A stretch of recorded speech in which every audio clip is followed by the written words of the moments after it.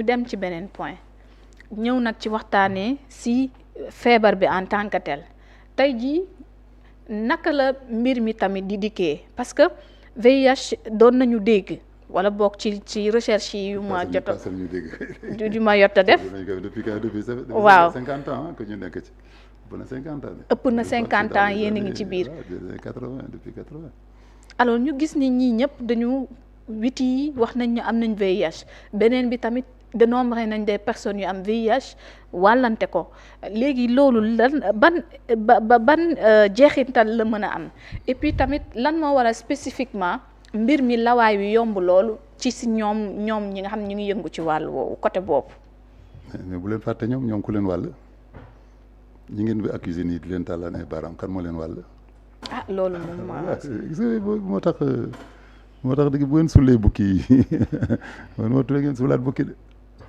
ah bon ñoom ku leen wàll déjà ñoom ñoo dem jëli sida dugal ko seen yaram madame tontu ma wala population bi tontu leen ma. ah boobu aw ma ci réponse. voilà donc mun jëliwuñ ko seen bopp dugal ko seen yaram. ci boo ma ci doon tontu lan lay doon bon si homosexualité bi ñoom ils sont plus formés que même la population pour lutter contre le sida. ku nekk léegi dans l'homosexualité pure di wax rajo di wax télévision am ay relation di jël avion di dem di ñëw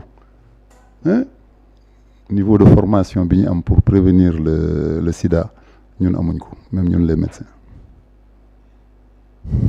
pour te dire. pourtant dañ doon dégg ci côté loolu ne lawalu jàngoro ji foofu la gën a yombee. ci nga xam dañoo tàmm ils sont pas croisés les bras. ils ont pas croisé les bras bu mën a tey HIV bu fekkee xaalis bi ñuy jox fii sax la ligue de lutte contre le sida est-ce que jógewul ci ñoom. ah bon docteur est-ce que jógewul ci ñoom posez-vous la question. ils sont très riches ils sont très forts ils ont tous les moyens. te par hasard c'est dans les médias dañu doon wax avant c'est les coiffeurs qui sont les plus homosexuels du monde mais léegi c'est dans le milieu médiatique il y a le plus de LGBT sax bala may wax homosexualité d'accord donc avec la force n'oubliez pas vous êtes la quatrième puissance ou la troisième puissance donc ñi détenir les médias actuellement choix cible boobu lan ñi de wax nañ ko sànq nee nañu ça peut être biologique ça peut être éducationnel ça peut être par accident parce que vraiment yow wala man ni ñu mën a dundeex suñu famille di créer suñu famille di kii dara mënu ko bouleverser ba ñu dañu defi loolu ñoom lan leen bouleverser ba ñu décider ne que ñoom du ñu def ni man ak yow takk jabar nekk ak sa jëkkër di am say doom di am bànneexu sëy ak yooyu ñoom seen bànneexu sëy si feneen lañ ko teg lan moo ko indi lan moo leen ko kii wala léegi wax nañ ko ne nañ ne y a des biologiques y a des éducations y a des formes éducation y a des formes culturelles. comment est-ce qu'on peut expliquer transmission volontaire bi. waaw loolu nag lu mooy sama jaaxal. parce que ci déglu bi dañu avoué ne xam naa ko mais maa ko wàll mais est-ce que kële xamu ko est-ce que kële xamu ko képp kuy nangu affaire homosexuelle bay tëdd ak beneen góor xam nga la première chose le premier risque que tu as dans ta vie c'est d'attraper l'homosexualité d'attraper le sida c'est la maladie première qu'on attrape. Homosexualité feebar bi ci njëkk mën cee tukkee moom mooy am sida. booy def relation foo xam ne waroo ko fa defee booy def ak góor ak jigéen rek déjà day am ay góom-góom bon nga baal ma noppi ma comme. des plaies yoo xamante ni mooy waral yooyu. voilà mais boo ko defee feneen foo xam ne c'est pas prévu foofu la plaies yi gën a bari plaies sang yooyu nag ñooy foofu la virus bi jàll fii plus facilement comprendre nga voilà. Donc c'est pas une malédiction du beau Dieu vers les homosexuels c'est que physiquement boo ko defee par ce côté-là da ngay am ay fissures da ngay am ay góom da ngay am ay kii donc góom yooyu ñooy tax muy gën a gaaw voilà. mais à part jigéen ñi sax lu tax ñu ne góor ñi de mettre des préservatifs c'est la même chose parce que bon. avoir plusieurs partenaires à l'époque lañ doon wax. scientifiquement avoir plusieurs partenaires. même un seul partenaire. c'est les frottements relation sexuelle day am toujours deret nga baal ma demati ci yeneen kii déjà le premier kii rek. le premier rapport déjà gis nga day am traite. donc ça veut dire que te nee nañu gisoo am na dispensaire yu bien yoo xam ne taf nañu si seen i mur rasoir daf koy andi jong daf koy andi piqûre bu stérile daf koy andi donc tout ce qui est par le sang moo koy andi. mais boobu xanaa day fekk contact bi am ak keneen wala boo nga am ko ndax directement rasoir wala wattu wala dagg. mën na indi maladie bi. waaw parce que rasoir bi bu fekkee ku commencé am sida moo ko jël. foofu laay waxee loolu la wax bu fekkee ça a été déjà utilisé. seringue bi te mooy seringue bu ñu déjà utilisé moo tax seringue bu ñu baxalate wala seringue bu ñu utilisé amatul. bien que nag am na ñoo xam ne sont pas du corps médical ñu ngi yor seen i cabinet di piqûre di def lu leen neex au Sénégal. donc oui da képp kuy liggéey hôpital léegi même boo nekkee balayeur da ngay commencé piqûre sa kër. est-ce que xam nga ne piqûre bi ngay piqûre dañ ko waratuñ ko baxal dañ ko war a jënd bu bees. bon maladie defe naa ni ñu bari tamit xam nañu léegi da ngay jëndi sa seringue. indi lu bees oui. waaw te pour wax la rek bii gën a même sama bool yi sans yëb leen ni rien. xam nga dañu daan jaar si hôpital yi di for ay flacon di ko jaayiwaat. ah oui ay flacon médical bàyyi nañ ko bu yàgg. parce que xam nañu bien sûr pour ce niveau le niveau d'instruction le niveau de discours. que la Ligue contre le sida a fait temps yi monsieur Ndoye wala docteur Ndoye comme professeur Ndoye beneen kii ko remplace tamit def naa c'est un médecin la dame qui était ministre de la santé à une époque. sa morom la sax. non Maricol am na keneen avant Maricol. D'accord donc ñooñu ñëpp jëloon nañu dossier bi en pleine main bien qu'il y a eu des scandales financiers quand même comme partout dans ces milieux-là mais defoon nañu ay communication yoo xam ne vraiment demoon na ba nee naa la ñi jàngul sax xamoon nañu ne que affaire lu jóge hôpital bu leen ko jëlati. ñi daan ñëw hôpital di fouiller poubelle di jël ay tube di jël ay tuyau di jël ay kii ay seringue sax am nañu ko daan jëmoo avant. seringue xamoon na jëmukaay lu ñuy jëmoo. ay puso lañ gën a gis mais seringue moo gënoon a neex. seringue c'est taillé c'était bien am na ñu ko doon commencé jëmoo mais bii ñu commencé wax affaire sida dañ ko bàyyi. mais actuellement. transmission bi li ci gën a tiitlu jamono ji mooy peut-être am na partenaires yoo xamante ni wane wuñ seen bopp wala boog victime ci ñoo xamante ni peut-être am nañu la maladie foofu nag ndax nit ñi exposé wu nañu et puis naka nañ mën a def tamit ba quand même aar ñi nga xamante ni mooy benn partie population bi vu que éventuellement mën na am ñu ko am te kenn xamu ko. kooku ñu ngi leen di aar tous les jours ñun premier cas bi. jege micro bi oui. dans les années 90. kooku dañ ko faj pendant 10 ans d'autre chose. leneen lañ ko doon faje. ñu foog ni leneen na ko dal. non c'est que médecine moo mel noonu. c'est que feebar bi micro bi mën na nekk ci yow 10 ans doo ko yëg. foofu la gën a grave nag parce que xamaguloo ko yow sa bopp yow xamaguloo ko. 10 ans la VIH bi virus bi di nelaw say yaram laataa muy yeewu. bien sûr même bu nelawulee sax des fois si tu es bien nourri si tu as les moyens doo ko sentir avant bi muy soog a bés c'est que moom du virus bi sax moo daan rey nit ñi c'est d'autres maladies intercurrentes parce que mooy sida c'est syndrome déficitaire de l'immunité c'est-à-dire sa moyen de défense contre les microbes mooy wàññeeku ñun ñi am bonne santé. ñaari microbe yi sunu yaram daf koy xàmmee arrêté ko mu bañ a développer suñu kër mais boo demee am sida moyen boobu nga am pour xàmmee ñaari microbe yi am na lu mu war a génne sama yaram pour mu rey ko dootuma ko am loolu moo tax ñu ne déficit lu manqué ci yow moyen de défense bi nga amoon contre microbe yi moom le virus boobu di def mais moom en personne du la rey. bu njëkk wala jusqu'à présent. ba léegi moom du la rey mais gisoo seen lex yi. ñi feebar nañu.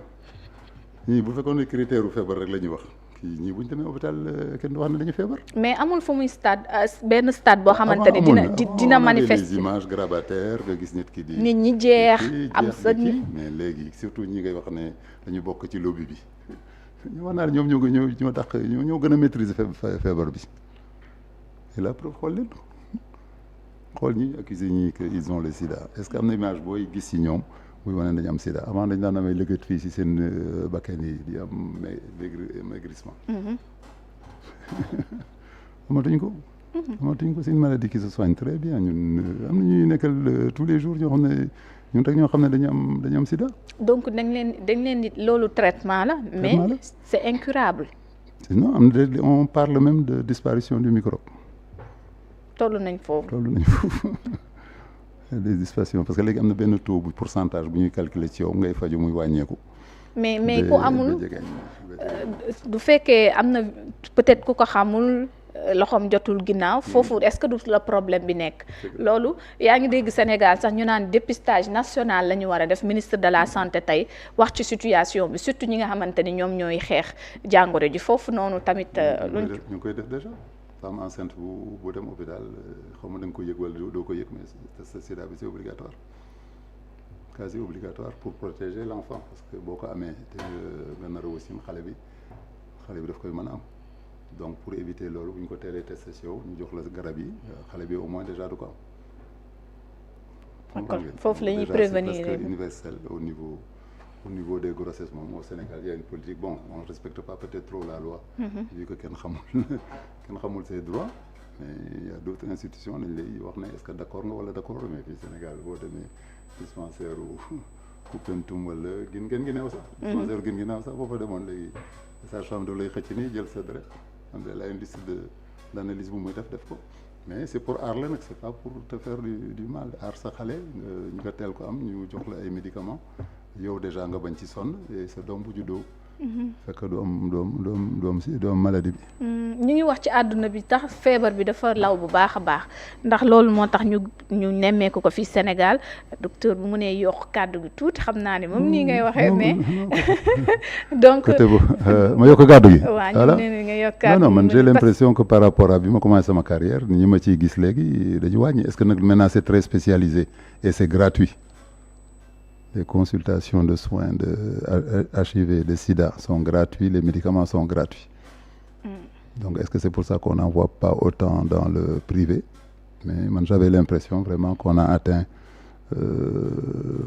vraiment le but d'arrêter maladie boobu de wàññi ko ci bon loolu d'ailleurs liggéey yi nga daan yor loolu moo nekkoon seen problème moom dañu toogoon ñoom xaalis bi di jaar côté bu mu yàgg ñi leen daan jox résultat yi ne duñu leen jox résultat yi mais au moment ils étaient bloqués pour savoir ndax progressé nañu wala progressé wuñu ñi leen doon jox xaalis dañu leen di wax on vous donne l'argent à condition que vous atteigniez des pourcentages mais à un moment def naa dañu jàppante woon avec tous les dispensaires et les kii et même les malades ñu ne leen mais yéen xaalis bi ñëw ni mu tolloo te ñun duñ ci gis dara donc mon confrère Ndoye a eu un gros problème là-dessus où à un moment tout le monde a bloqué les résultats mais d'après les résultats qu'on a officiellement dans le monde entier c'est une maladie bon xam nga nag ni ma ko doon wax ci temps yi corona rek faju bi dafa am kumba ndey ak kumba amul ndey ak kumba amul ndey donc il y a des pays où c'est bien tenu on sait que ça progresse mais il y a des pays boo xam ne dina doy waar mais bëgg naa tamit li ci am parce que ñu ci bëri dañoo am ay njaboot docteur ñu ci bëri tam njaboot yooyu la ñu tiital am na ñu ci marié 3 fois ci ñu wax ñoom ñu ci bëri am na ñu ci nekk ci néegu sëy am ay doom foofu noonu ndax dafa am ñoom fu maladie bi toll ba duñu wàll seeni soxna ak gone yi juddu su dee wii naka lay demee. xoolaatal loi wu mariage déjà lan moo la autorisé nga bàyyi sa jëkkër li ngay jëkk signé booy marié c'est solidarité jusqu'à la mort. mais bon nga baal ma bu sa mbokk amee bu sa jëkkëru kenn amee sida est-ce que da koy wax ne damay jël sama. non sa cas yi laay wax docteur cas bii laay wax nga am sa soxna. am à côté. mais soxna bi c'était en temps normal. beneen góor booy nekkal est-ce que bëggante nañu ba xam ne même bu ma feebaree ñi am nañu am fel maladie yu gën a grave te seen jabar du ñu dem seen jëkkër du ñu dem. mais docteur cas bii nag complexe na. nga am sa soxna tourné am beneen góor le niveau d'information. quel est le niveau d'information nga am ak sa jabar. est-ce que jabar xam na ne sida et que yéen a ngi def attention tout le monde gis naa ay couple yoo xam ne dañuy faj kenn ki te kenn ki amu ko à condition ñu respecter les kii ñu leen di jox. mais cas yi lañ wax cas yi ñoom ñoo xam l'enquête va nous dire li ko mënoon leeral mooy seen jabar ñëw porter plainte que nii mosuma wax ne que daf ko am. léegi man fi ma lay laaj aussi. mooy wala est-ce que jabar yi xamoon nañ ko ils sont dans la solidarité d'un couple li ñuy wax nu ñu koy wax en wolof sax sëy yu sutura sëy. si sutura sëy la ñu def est-ce que de façon responsable dañu ànd ak seen jëkkër di tester ñoom tamit ak di def attention seen jëkkër di leen jox tous les moyens pour ne pas am na ñoom sida di dund te mësuñu wàll seen seen i kii seen nawle. léegi stade ban la ñu mën a toll tey. ñoom supposons soxna si bañ ko xam. waaw mu ngi dund naturellement foog ni jëkkër la am. nekku ci leneen. waaw jëkkër ji am na jàngoro bi. il y a deux problèmes est-ce que dafa am dafa demax góor wala demax jigéen sax am na. te jëkkër ji yëgu ko est-ce que dafa am sida te ki mu nekkal yëgu ko ñaari cas yooyu nga ma bëgg a jox. léegi feebar bi laa lay wax ci benn cas par benn. léegi ma wax la feebar bi. feebar bi rek la solidarité d'un couple qui se marie en l'islam et en catholique c'est la solidarité. maanaam ci wàllante gi permanent jusqu'à la mort. léegi ban stade da nit ki ko am di toll. waaw. ba du mën a wàll partenaire am ni ki même njaboot ji nga xamante ni moom lay léegi nee naa am na taux bu ñuy calculer de la présence du microbe dans ton sang mais malgré loolu sax buñ la ko waxee du tax nga def ko dañ ne la dès le départ avant même d'avoir le sida boo naree dem koo xam ne xamaguloo ko wala naroo yàgg ak moom jëlal sa mbuus jëlal sa mbuus nga jël say protection autant que jigéen ki wala ko góor ki kooku même avant ngay am sida.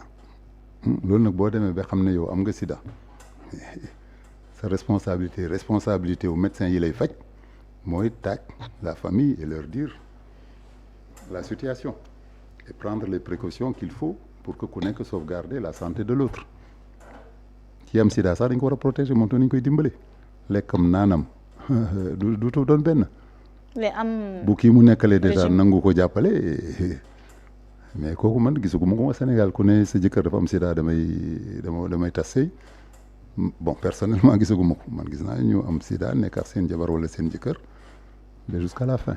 léegi gis nañu ne nee nañu seen dundin ñi ñëw ci médecin xam li ñu war a def ak li ñu warul def. moom ngay wax léegi dund bi. kii ñëw fii Dakar di daan dooleem ngoon mu dem Colobane nekk fa ay xale yi jigéenu ñi jaay seen bopp dans 2 mois muy soog a ñibbi dëkkam tasewaat tax jabaram est-ce que kooku dina wax ne jabaram def naa erreur dama am sida wala awma sida. est-ce que dans le village là daf koy wax wala est-ce que du ko wax mu teg loterie dina ko am wala du ko am wala mu xam nga tamit dootoo mën a génne sax ay mbuus su boo demee ba marié nga dem nga ñëwaat nga ne sa jabar léegi de damay sol ay mbuus wala may seex yow xam nga dootu déjà loolu tamit ça va pas être évident bu fekkee atteindre loo un certain niveau d'information sa jabar est-ce que sa jabar dina ko accepter est-ce que waa dëkk ba dañ ko accepter moo tax ay débat philosophique yu rëy la. si ban stade lay toll ba ñu xool nit ki ci li nga xamante ni moom mooy deretam wala boog ci ay venam ba xam ni kii nii en tout cas mënuñu détecter mbir bi ba xam ne temps la war a génn àdduna wala dundam fii la war a yem loolu tam soxla naa ngi indi explication. ban taux la war a am ci yaramam ba ñu xam ne que kii way bu jëlee le moindre livre il y a taux de présence du virus dans ton sang. est-ce que day continue di yokk wala day wàññeeku est-ce que bu ñu la joxee médicament day wàññeeku wala day du wàññeeku est-ce que sa yaram mu ngi ko yëg wala yëgu ko léegi nee naa la c'est rare nga gis image yi ñu jëkkoon a gis ci sida ñuy woon nit ki jeex ni nekk squelette amatul boo demee fii Fann ñu ngi foofu di faju même les cas les plus graves defe naa image yi ñu daan gis dans les années 80 amatul nga gis ko am lay xam di dox soxlam di ñëw di faju di dem di ñëwaat donc moo tax même secret boobu est-ce que ñu ngi koy bàyyi parce que am na ko benn journaliste sax bu la xam sax ne ma ñoom par ventre lañ daan dem xaw ma ci benn centre boo xam ne foofu la nit ñi di fajoo di discuter ñoom bon ça veut dire qu'il y a des endroits bu ñu la gisee ngay dugg rek déjà xam nañu nekk yow am na ci loo nekk secret médical c'est très difficile à tenir parce que entre kii recevoir analyse bi kii di yónnee résultat bi secrétaire bi tapé lettre bi kii koy jox kii jël sa résultat bi bu demee sama dossier médical dama siy bind madame telle est venue am na lii sama secrétaire yor ko ranger ko moo tax am na yu bari yoo xam ne léegi neexatu la gëm léegi nag li ñuy condamné mooy nga publier ko wala dem di ko wax dans ci mbedd bi. am na leen tamit lu ma bëgg nga jox ma ci sa xalaat parce que dañu gis ni dañu wax tel cité seen nom ci médias yi ne am nañu jàngoro ji ci gisin nag am nañu jàpp ni loolu secret médical la boo xamante ni waruñu ko woon a fësal foofu it ndax loolu nga jàpp ni mooy dëgg wala boo ko amul. ça dépend de li nga def ndax si c'est grave tu t'es porté atteinte à la vie de quelqu'un d'autre kooku on a le droit le secret médical est levé comprendre nga. kon am nañ droit fësal ne diw man nag mii moo taxoon ma ne ñu def attention tant que amuñu woon résultat bi procureur bi laaj mënuñu leen woon moom ñoom defe naa boo gisee seen motif d'accusation ou d'internement yu bëri nekku ci de. homosexualité bi nekku ci waxuñu dañu am sida dañu ne qu'ils ont mis en danger c'est des malfaiteurs. transmission volontaire du VIH. def nañ ko ci. oui d'accord kooku moom c'est interdit. donc foofu noonu.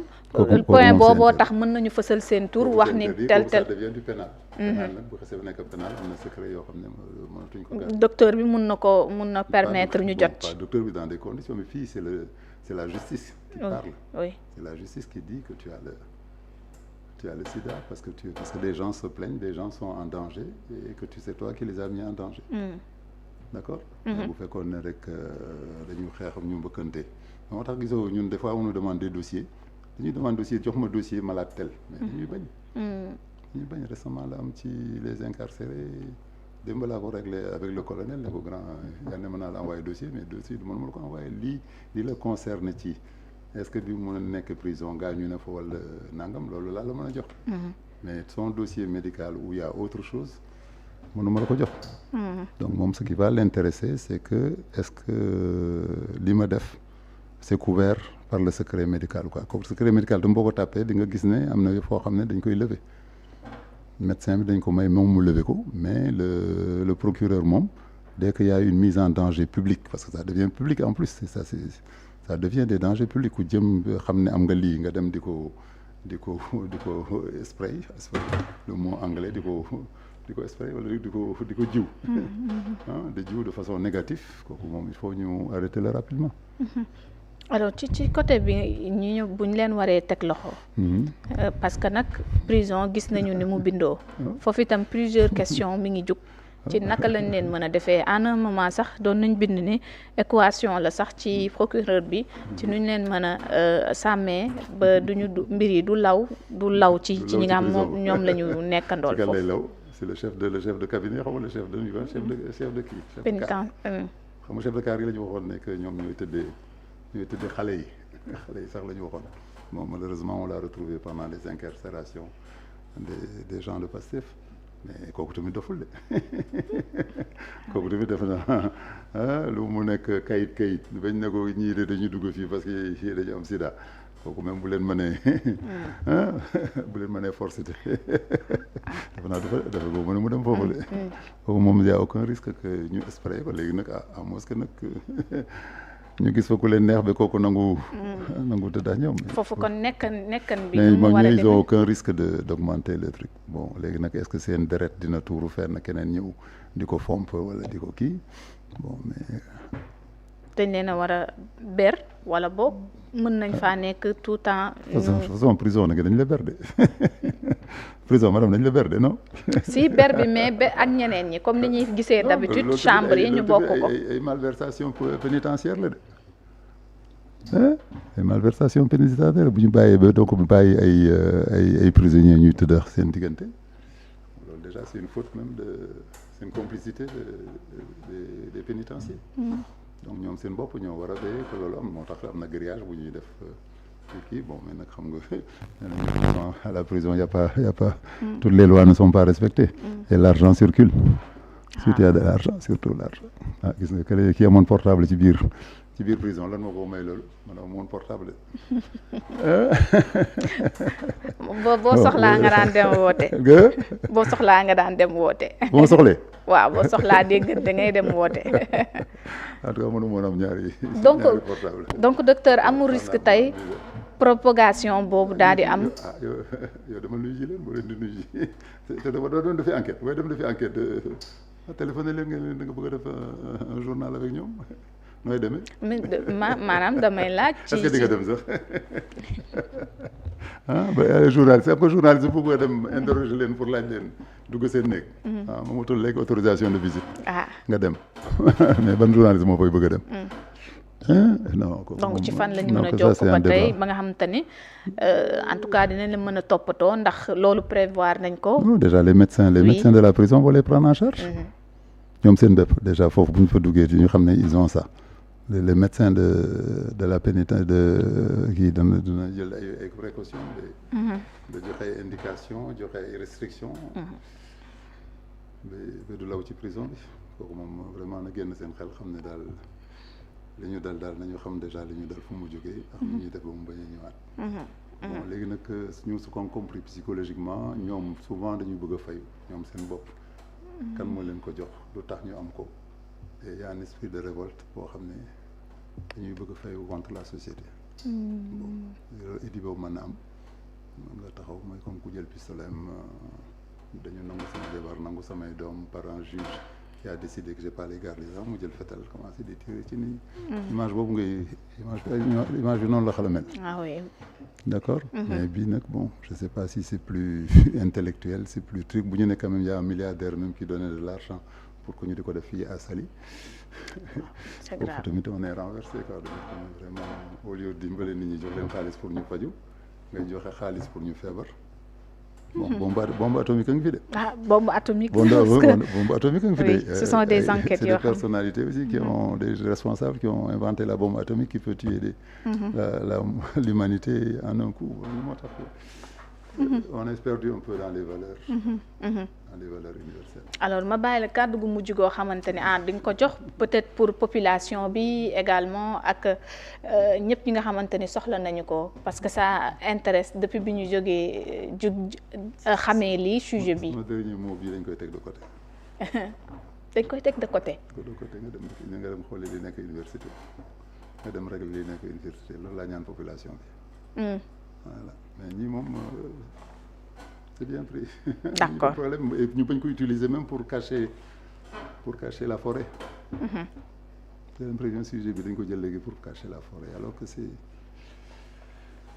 je vous dis pas que c'est du divers c'est à la limite du divers.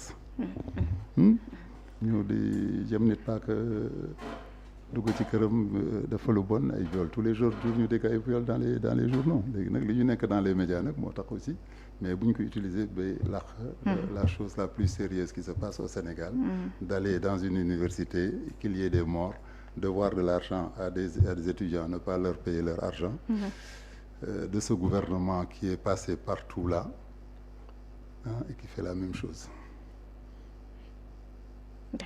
Seul prétexte bi ñu leen may est-ce que jóge na ci ñoom wala dëkk bi dafa am lu fi nekk depuis des années lu koy indi parce que ñëw na ci Wade ñëw na ci Macky ñëw na ci gouvernement bi donc est-ce que c'est la faute des gouverneurs ou.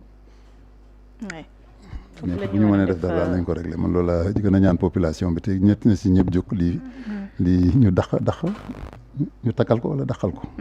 ñu wax dakkal ñu dakkal ko voilà moom mooy sama dernier mot. merci beaucoup donc docteur.